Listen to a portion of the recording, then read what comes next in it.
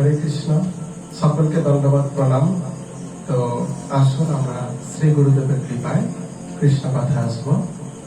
আজ শ্রী চৈতন্য চরিতামৃত থেকে আমরা একটা খুব গুরুত্বপূর্ণ শ্লোক আমরা আলোচনা করার চেষ্টা করব। সেখানে শ্রী চৈতন্য চরিতামৃতের আদি খণ্ডের তৃতীয় পরিচ্ছদে বলা হচ্ছে যে সেই তো সুমেধা আর কুবুদ্ধি সংসার, সর্বযজ্ঞ হইতে কৃষ্ণ নাম যজ্ঞ সার। কি বলছে?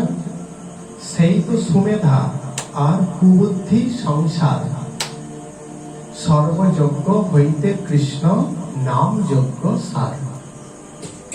তার আগে বলা হচ্ছে, এখানে যে বলছে যে সেই তো সুমেধা, সুমেধা কাকে বলা হচ্ছে? তার আগের শ্লোকে ভগবান বলে দিচ্ছেন যে সংকীর্তন প্রবর্তক শ্রীকৃষ্ণ চৈতন্য, সংকীর্তন যজ্ঞে তারে ভজে সেই ধন্য। এখানে সুমেধা এবং ধন্য ব্যক্তিকে, না যিনি সংকীর্তন যজ্ঞের দ্বারা ভগবান শ্রী গৌরাঙ্গ সুন্দরের আরাধনা করেন, যিনি রাধা কৃষ্ণের মিলিত তনু, সেই গৌরাঙ্গ মহাপ্রভুর যিনি ভজন করেন তাকে এখানে সুমেধা বলা হচ্ছে। আর কুবুদ্ধি কাদের বলা হচ্ছে? যারা তাদের সমস্ত বুদ্ধি, যারা তাদের সমস্ত মনোযোগ এই জড় সংসারে আবদ্ধ করে রেখেছে, সমস্ত কিছুই তারা সংসারের মধ্যে ডুবে আছে। কাকে উপেক্ষা করে? পরমেশ্বর ভগবানকে উপেক্ষা করে। আমরা যার খাই, যার করি, যার জন্য জীবন ধারণ করি, যিনি আমাদের ভোগের এত আয়োজন করেছেন, তাকে অবজ্ঞা করে আমরা নিজেদের মতো জীবনযাপন করি। এদেরকে কি বলছে? এদেরকে কুবুদ্ধি বলছে, কুবুদ্ধি সম্পন্ন ব্যক্তি। আর সুবুদ্ধি কারা? যিনি সংকীর্তন যজ্ঞের দ্বারা ভগবান শ্রী গৌর হরির আরাধনা করেন, ভজন করেন, তাদেরকে বলা হচ্ছে সুমেধা সম্পন্ন ব্যক্তি। প্রকৃতপক্ষে কথা হলো এটাই যে সংসারে থাকাটা অপরাধ নয়, কারণ সমগ্র জগৎটাই তো একটা সংসার। আমরা বলি না জগৎ সংসার, তার মানে সমগ্র জগৎটাই একটা সংসার। এই জগৎ সংসারকে পরিত্যাগ করে কোথায় যাবেন? যেখানেই যান না কেন সেখানেই একটা করে নতুন সংসার হয়ে যাবে। কারণ কি? সংসারের ধর্ম। সমুদ্রের এই জায়গায় স্নান করব না, মানে কেন? জলটা খুব নোনা, চল 2-4 ফুট দূরে গিয়ে স্নান করব। কি হবে? নোনাই হবে। এটাও ঠিক ভালো নয়, চল 1 মাইল দূরে চল। কি হবে? সমুদ্র অসীম, আমার মনের ইচ্ছা পূরণ হবে? যেখানেই যায় না কেন সেই নোনা লবণাক্ত জল। এই সংসার ভালো নয়, ত্যাগ করো। কোথায় যাবেন? যেখানে যাবেন সেখানেও একটা নতুন সংসার হয়ে যাবে। একটা গল্পের মধ্য দিয়ে বোঝা যাবে কথাটা। এক ব্যক্তি সৌভাগ্যবশত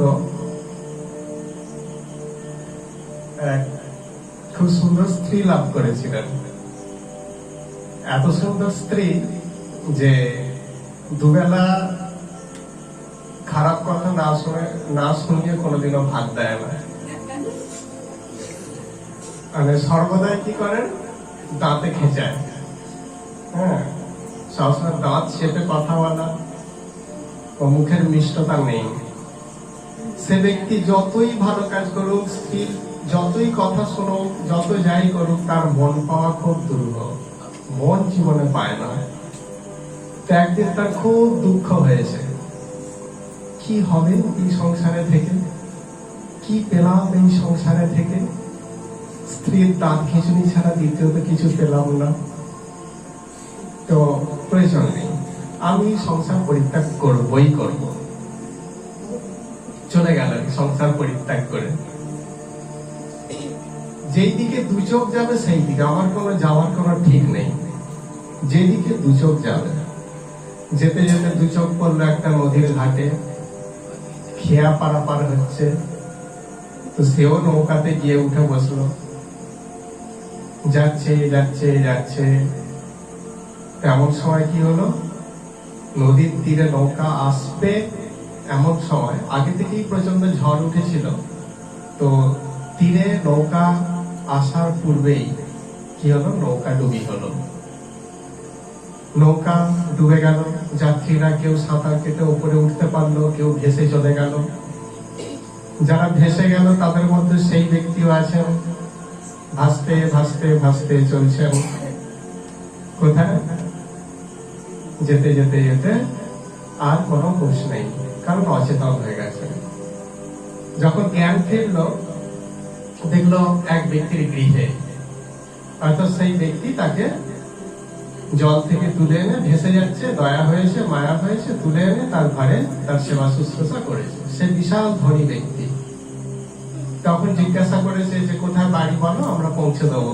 শুনেই তো তার চোখগুলো বড় হয়ে গেছে, আমার বাড়ি না,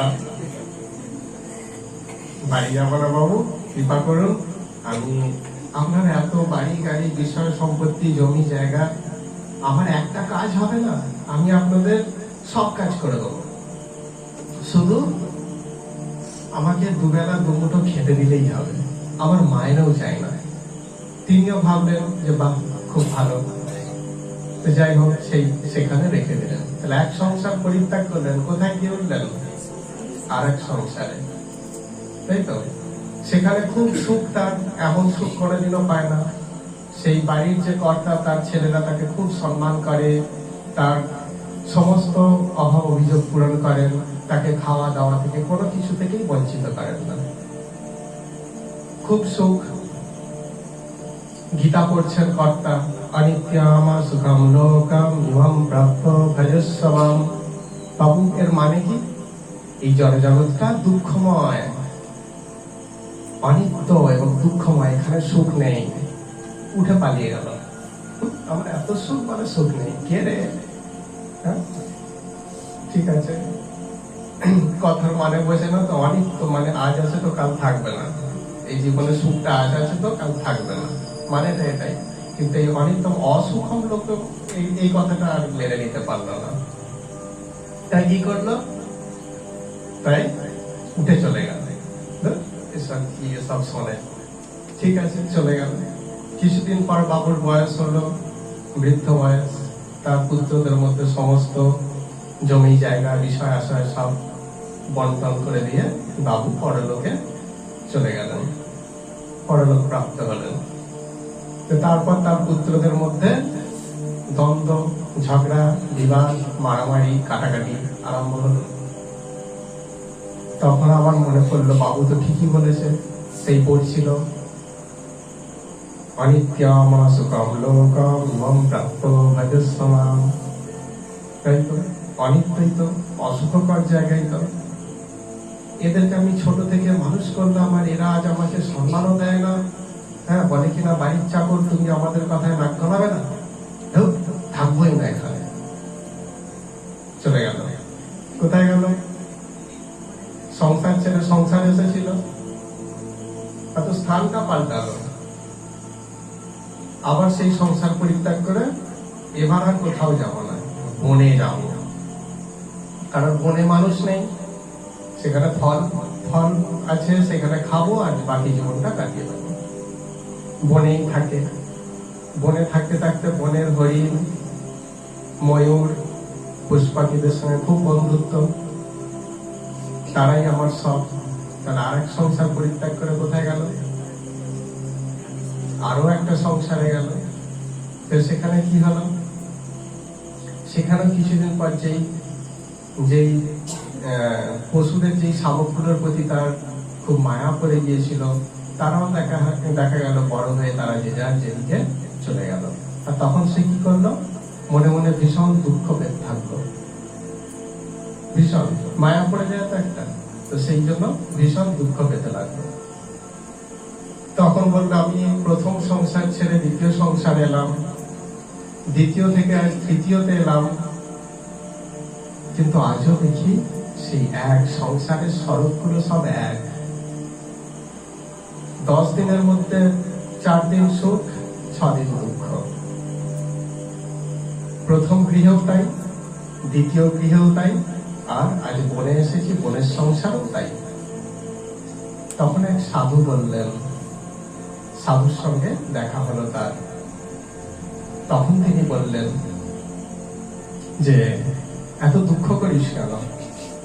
আমাদের কারো ক্ষমতা আছে সংসার পরিত্যাগ করা? আমরা এক সংসার পরিত্যাগ করতে পারি, কিন্তু গিয়ে উঠি ঠিক আর এক সংসারে। এটাই এই জগতের স্বরূপ।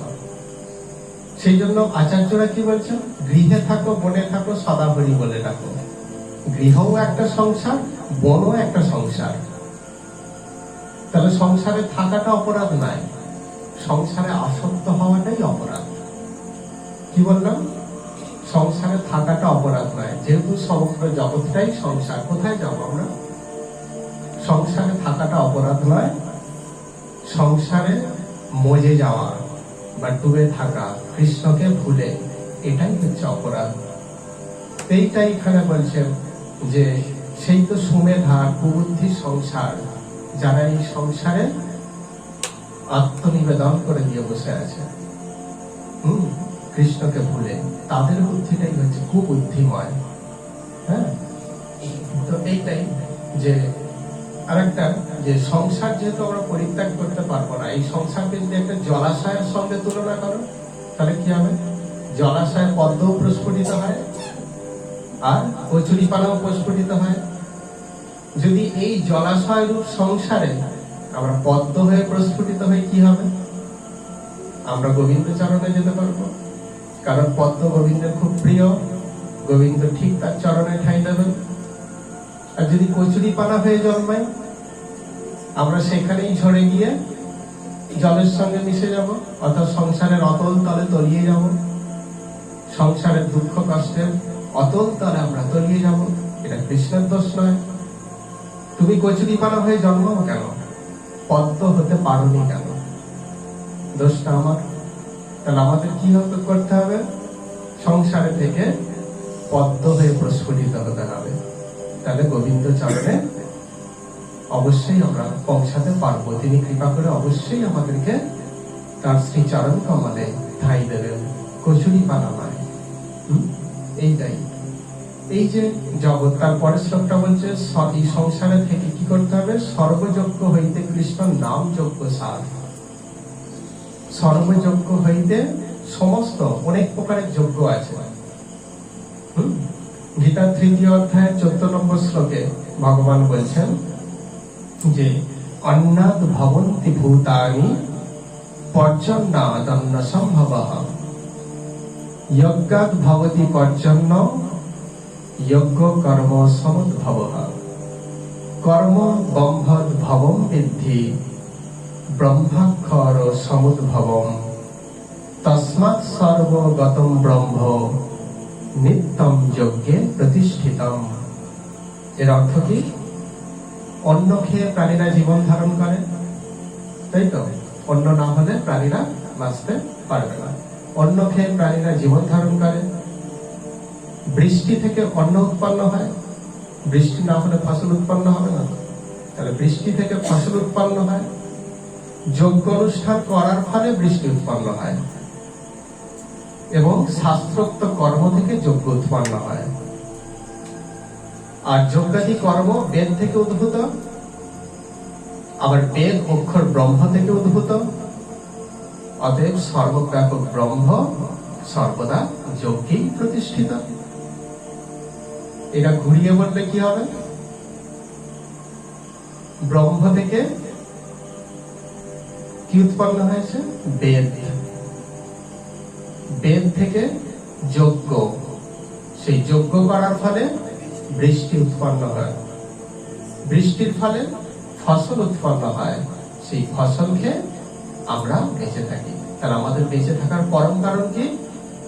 সেই পরমেশ্বর ভগবান। এখন প্রশ্ন যে যজ্ঞ থেকে কিভাবে বৃষ্টি উৎপন্ন হবে? যজ্ঞের যে ধোঁয়া, যেখানে ঘি আহুতি দেওয়া হয় যজ্ঞ কুণ্ডে, সেটা কতটা বিজ্ঞানসম্মত? দেখো, আমাদের দেশে পেট্রোল চালিত বা ডিজেল চালিত যে গাড়ি আছে, সেখান থেকে ধোঁয়া উৎপন্ন হয়। সেই ধোঁয়াগুলো কি করে? পরিবেশকে দূষিত করে। আর যজ্ঞে কি করা হয়? যজ্ঞের কাঠ এবং ঘি দিয়ে যে যজ্ঞ করা হয়, সেই যজ্ঞের যে ধোঁয়া বাতাসে যায়, সেটা বাতাসকে পবিত্র করে, দূষণ মুক্ত করে। এটা বিজ্ঞান দ্বারা প্রমাণিত। দুটোই ধোঁয়া, কিন্তু এই যজ্ঞ যেহেতু ভগবানের উদ্দেশ্যে হচ্ছে, তাই এর ধোঁয়াটা কি? পবিত্র, দূষণ মুক্ত করে। ঘিয়ের ধোঁয়া বাতাসকে পবিত্র করে। তার ফলে কি হচ্ছে? বৃষ্টির ধারা যে পড়ছে, সেই বৃষ্টির ধারাটা পবিত্র। বলছে সব থেকে জলের মধ্যে কোন জল পবিত্র? বৃষ্টির জল, ঝর্ণার জল, এগুলো পবিত্র, মানে খুব কি বলো, পরিশুদ্ধ জল একবারে। কিন্তু কলিযুগের বৈশিষ্ট্য বলা হয়েছে যে যখন যজ্ঞাদি ক্রিয়া বন্ধ হয়ে যাবে, কলিযুগের শেষে মানুষ তো ভগবানকেই মানবে না, আর যজ্ঞকে করবে, তখন কি হবে? তখন আর বৃষ্টি হবে না, নয় বৃষ্টি হবে, বৃষ্টির ফোঁটাগুলো বিষাক্ত। বর্তমানেও দেখা যায় অ্যাসিড বৃষ্টি। তাজমহলের ক্ষতিগ্রস্ত হচ্ছে কেন? আমরা পরিচিত, তাজমহলের পাথরের ক্ষতি হচ্ছে কেন? নাকি অ্যাসিড বৃষ্টি। তাহলে শাস্ত্রের সব ভবিষ্যৎবাণী করে দেওয়া আছে কলিযুগ সম্পর্কে।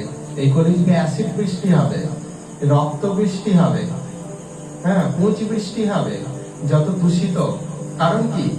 বাতাস পবিত্র নয়, আকাশে যজ্ঞের ধোঁয়া পৌঁছায় না, কে পবিত্র করবে? তার ফলে এইরকম বৃষ্টিগুলো পৃথিবীর বুকে ঝরে পড়বে। হ্যাঁ, তাহলে কি হচ্ছে এখানে? যে এইগুলো সবই যজ্ঞ। এই যজ্ঞগুলো করতে অনেক সময় ব্যয়বহুল, সকল মানুষের ক্ষেত্রে এগুলো সম্ভব হয় না। করে কোনো মঠ মন্দির, তাদের ওখানে অনেক বড় করে হয়, কিন্তু কোনো গৃহস্থ মানুষ এই যুগে বিশেষ করে তারা এই এত বড় ব্যাপক যজ্ঞ তারা করতে পারে না। তাহলে এখানে কি বলছেন? সর্বযজ্ঞ হইতে নাম যজ্ঞ সার। কৃষ্ণ নাম যজ্ঞ সার। সমস্ত যজ্ঞের মধ্যে শ্রেষ্ঠ কোনটা? কৃষ্ণ নাম যজ্ঞ। অর্থাৎ যজ্ঞ শব্দের আরো একটা অর্থ, যজ্ঞ শব্দের অর্থ হলো কৃষ্ণকে বা পরমেশ্বরকে সন্তুষ্ট করা। পরমেশ্বরকে সন্তুষ্ট করাই হচ্ছে যজ্ঞ। পরমেশ্বরকে সন্তুষ্ট না করলে তিনি কখনোই, এই জগৎ কখনোই আনন্দময় হতে পারে না। পরমেশ্বরের সঙ্গে সম্পর্ক বিচ্ছিন্ন করে কখনোই আমরা শান্তি লাভ করতে পারি না, কারণ সমস্ত শান্তির উৎস হলেন তিনি। আর তার সঙ্গেই যদি আমরা কানেকশনটা কেটে দিই, তাহলে আর আমরা সেটা লাভ করতে পারবো না। আমরা উন্মত্ততা লাভ করতে পারবো, যেগুলোকে উন্মত্ততা বলে, সেগুলো অনেকে আনন্দেরই সমতুল্য বলে, কিন্তু উন্মত্ততা কখনোই আনন্দ নয়। তো এইটাই যে আমরা সেই উন্মত্ততা লাভ করতে পারি। ঠিক যেমন পাওয়ার হাউসের সঙ্গে যদি আমার তারের কানেকশনটা কেটে দেওয়া হয়, সবার ঘরে আলো জ্বলবে, আমার ঘরে আর আলো জ্বলবে না। কেন? কানেকশন কেটে গেছে। ঠিক সেই রকম যে আমাদের যে কানেকশন জীবাত্মা এবং পরমাত্মার মধ্যে, যোগ, গীতায় বলছে না, এই যোগ সেই যোগ, বিষাদ যোগ, সাংখ্য যোগ, কর্মযোগ, সব প্রত্যেকটাই কি একটা যোগ। যোগ মানে যুক্ত থাকা, অর্থাৎ সেই তুমি জীবাত্মা পরমাত্মার সঙ্গে সদা যুক্ত থাকো, অর্থাৎ কানেক্ট হয়ে থাকো। কানেকশন না থাকলে কখনোই সেই আনন্দ তোমার মধ্যে আসতে পারে না। হয়তো বলবে যে আমি তো পাওয়ার হাউসের সঙ্গে কানেকশনটা কেটে দিয়েছি, তাহলে তো আমার ঘর আলো। বলে কেন? এই অপরের ঘরের আলোটা একটুখানি আসছে ফোকাস দিয়ে, জানালা দিয়ে একটুখানি উপরে তোমার ঘরে আসে, সেই যখন আলোটা বন্ধ করে দেবে, তোমার ঘরে অন্ধকার। কিন্তু তোমার উচিত কি? তার ঘরের আলোটা তোমার ঘরে প্রতিফলিত হয়ে আসবে, এটা কি উচিত?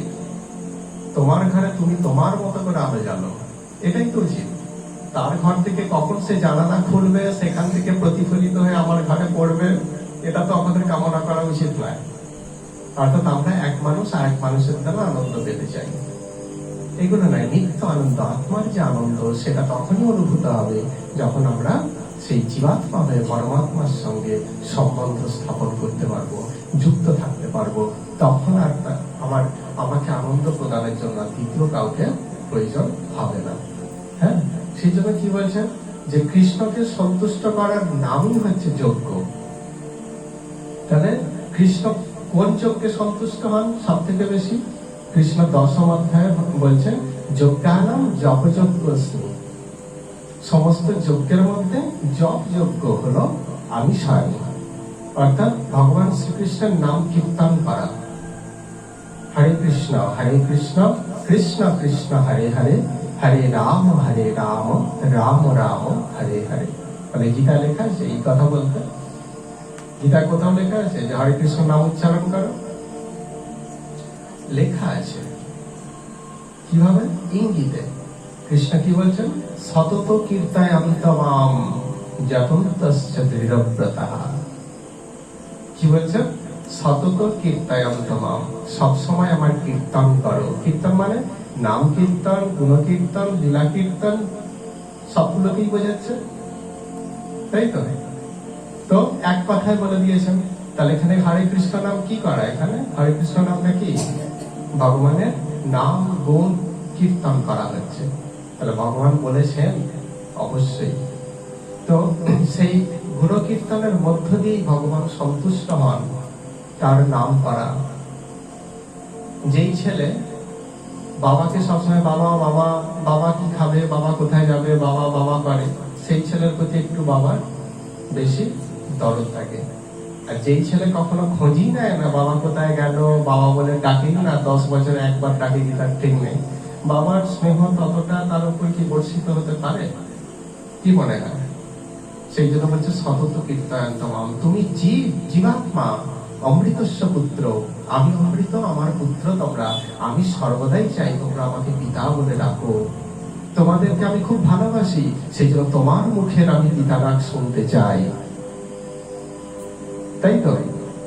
সেই জন্য কি বলছেন? সতত কীর্তয়ান্তমাম, সবসময় আমার কীর্তন করো, গুণ কীর্তন। কীর্তন করলে কি হবে? কীর্তিমান পুরুষের কথা আলোচনা করলে নিজেরাও কীর্তিমান হয়ে যাব। যেমন একজন গুণী ব্যক্তির যদি গুণ আমরা বারবার বলতে থাকি, তখন কি মনে ইচ্ছা হবে না?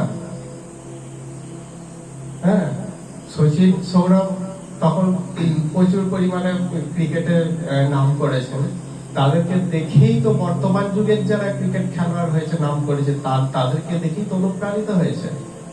আর যারা তাদেরকে চেনে না তারা কি পেরেছে? পারে না। অর্থাৎ গুণবান পুরুষের গুণটাকে যদি তুমি দর্শন করো, গুণ যদি কীর্তন করো, তুমিও কি হবে? সেই গুণবান হয়ে যাবে। কৃষ্ণ হচ্ছেন সব থেকে গুণবান পুরুষ, তার গুণ কীর্তন করো, তার ফলে কি হবে? তোমার চেতনার যত মলিনতা, কলুষ ভাব, সেগুলো দূরীভূত হয়ে যাবে। বলে এইগুলো তো একটা কথা, কৃষ্ণ এটা একটা কথা, এর মধ্যে দিয়ে হৃদয়ের সবকিছু দূরীভূত হয়ে যাবে। বলে হ্যাঁ, কথাই অনেক এসে যায়। কথা মানুষকে সান্ত্বনা দেয়, দেয় না? কথা মানুষকে ক্রুদ্ধ করে দেয়, কথা মানুষকে খেপিয়ে দেয়।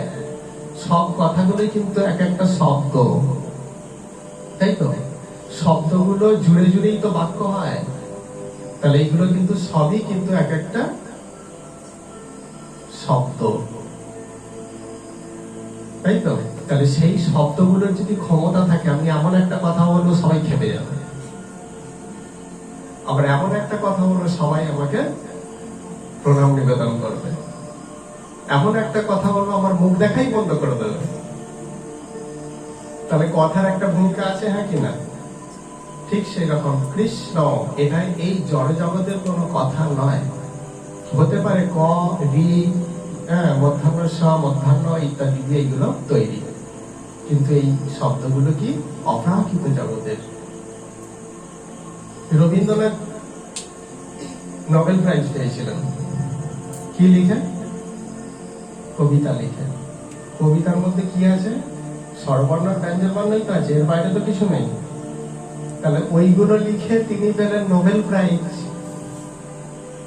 আর আমরাও তো খাতা ভর্তি করে কত নোটস লিখি, কত কিছু করি, আমাদের লেখাগুলো তো কেউ দেখতেই পায় না।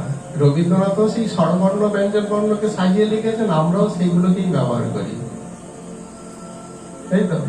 তাহলে কিছু কথা আছে যেগুলো জড়জগতের বন্ধনে তোমাকে বেঁধে রাখবে, তোমাকে নোবেল প্রাইজ প্রাপ্ত হতে দেবে না। কিছু কথা আছে যেগুলো তোমাকে নোবেল প্রাইজ প্রদান করবে। সেই কথাগুলো কি? কৃষ্ণ, রাম, গোপাল, গোবিন্দ, হরি, এই যে কৃষ্ণের অনন্ত নাম, সেই নামের মধ্যে সমস্ত শক্তি অর্পণ করেছেন ভগবান। ভগবান শ্রীকৃষ্ণের যে শক্তি, এই নামের মধ্যেও সেই একই শক্তি বর্তমান। কিন্তু আমরা সেই শক্তি উপলব্ধি করতে পারি না কেন? আমাদের বিশ্বাস নাই। আমরা রাত্রিবেলা রাত 12টার সময় শ্মশানের পাশ দিয়ে যাচ্ছি একা, তখন মনে মনে খুব ভয় হচ্ছে কি আমার সামনে যদি একটা বাচ্চা ছেলেও থাকতো তাহলে একটা সাহস পেতাম। কিন্তু আমার হৃদয়ে যে পরমাত্মা রূপে কৃষ্ণ সর্বশক্তিমান ব্যক্তিটা আছে, তাকে উপলব্ধি করতে পারছি না। সত্যিই তাই, একটা বাচ্চা ছেলের হাত ধরেও যদি ভয়ঙ্কর জায়গা দিয়ে যাই, তখন মনে হয় হ্যাঁ একজন না একজন তো কেউ আমার হাত ধরে আছে, সাহস। কিন্তু আমরা উপলব্ধি করতে পারি না কৃষ্ণ আমাদের মধ্যে আছেন, যিনি সর্বশক্তিমান। তাহলে এই বিশ্বাসের অভাব, সেই জন্য আমরা কৃষ্ণ নাম করে ফল পাই না।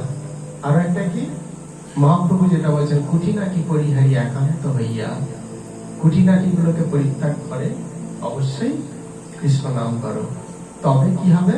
তবে সর্বোচ্চ ফল প্রাপ্তি হবে। যারা মনোযোগ দিয়ে পড়াশোনা করে পরীক্ষা দেয়, তারা সর্বোচ্চ ফল প্রাপ্ত হয়। আর যারা অমনোযোগ দিয়ে পড়াশোনা করে হয়, তারাও তো 1, 2, 3, 4, 5, 6 কিছু একটা পায়, ফল কিন্তু ব্যর্থ হয় না, তাই তো?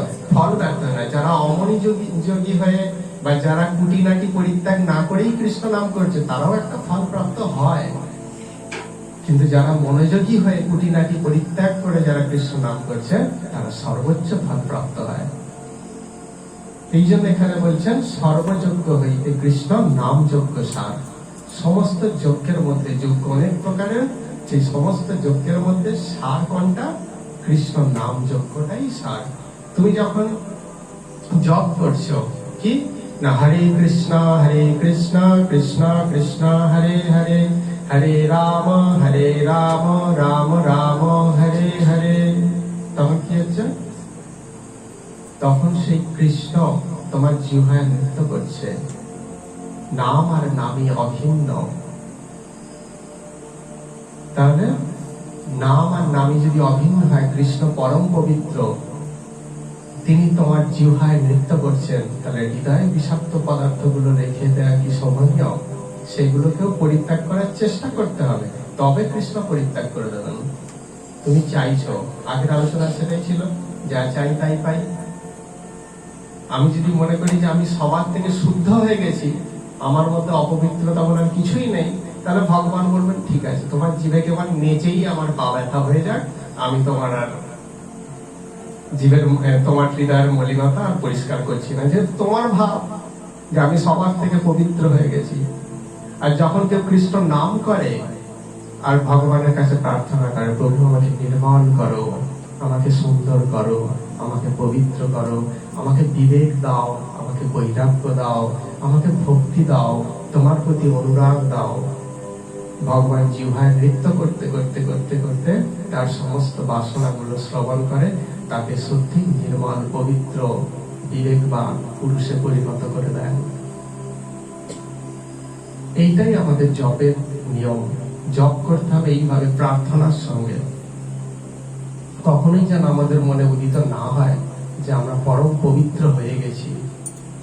হ্যাঁ, এইটাই তো, এইটাই যে আমাদের শাস্ত্রে আরো বলা হয়েছে যে হরের নাম হরের নাম হরের নাম কেবলম কলো নাস্তেব্য নাস্তেব্য নাস্তেব্য গতিরন্যথা।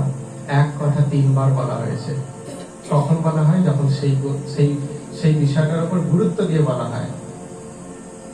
আমি বলছি ওই জায়গায় যাবি না, আমি হচ্ছে যাবো যাবো যাবো, তার মানে কি?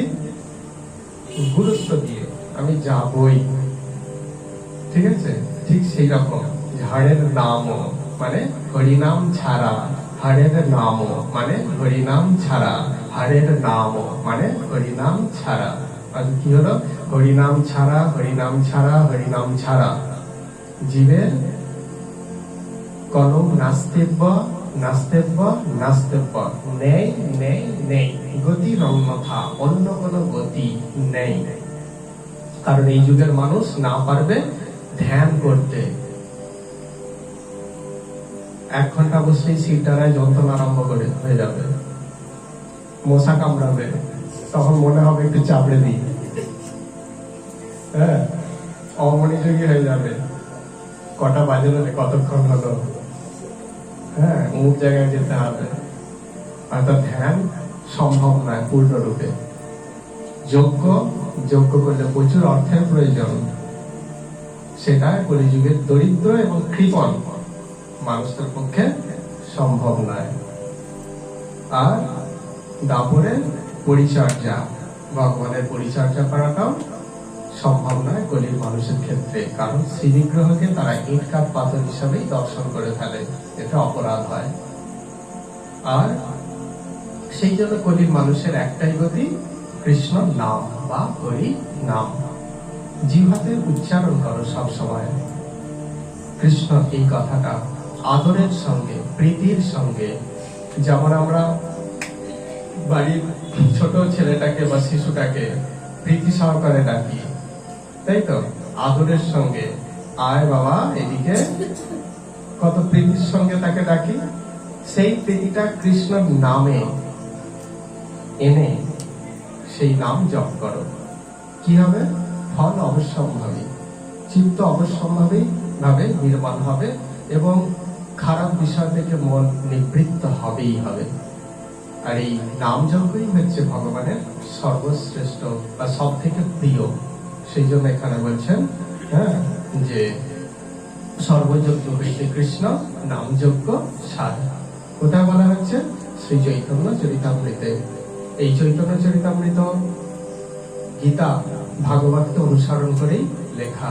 সুতরাং গীতা ভাগবত যা, শ্রী চৈতন্য চরিতামৃত একই। হ্যাঁ, তাহলে আমাদের বোঝা গেল আজকের আলোচনা যে সেই তো সুমেধা আর কুবুদ্ধি সংসার। সুমেধাকে, কে সুমেধা সম্পন্ন ব্যক্তি? যিনি রাধা কৃষ্ণের মিলিত তনু শ্রী গৌরাঙ্গ মহাপ্রভুর ভজন করেন নাম যজ্ঞের দ্বারা। আর কুবুদ্ধি সংসার কার কুবুদ্ধি?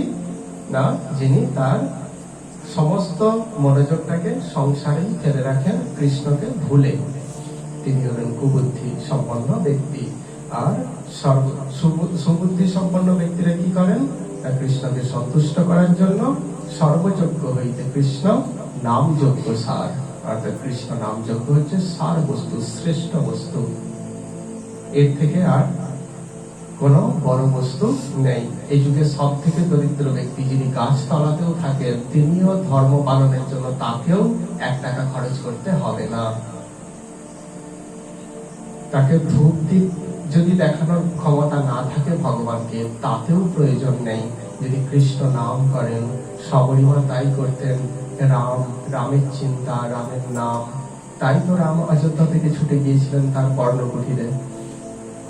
অযোধ্যার রাজ সিংহাসন, রাজপ্রাসাদ পরিত্যাগ করে তিনি সবরীমার জন্য তার পর্ণকুটিরে ছুটে গিয়েছিলেন।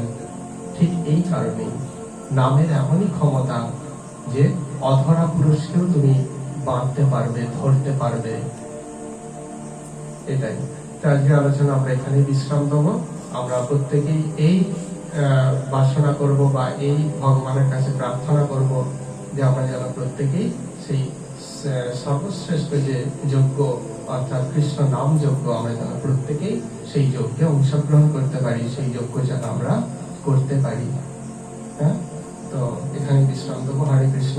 বাঞ্ছা কল্পতরুভ্যশ্চ কৃপা সিন্ধুভ্যৈব চ পতিতানাং পাবনেভ্যো বৈষ্ণবেভ্যো নমো নমঃ। সকলকে ধন্যবাদ, প্রণাম। হরে কৃষ্ণ।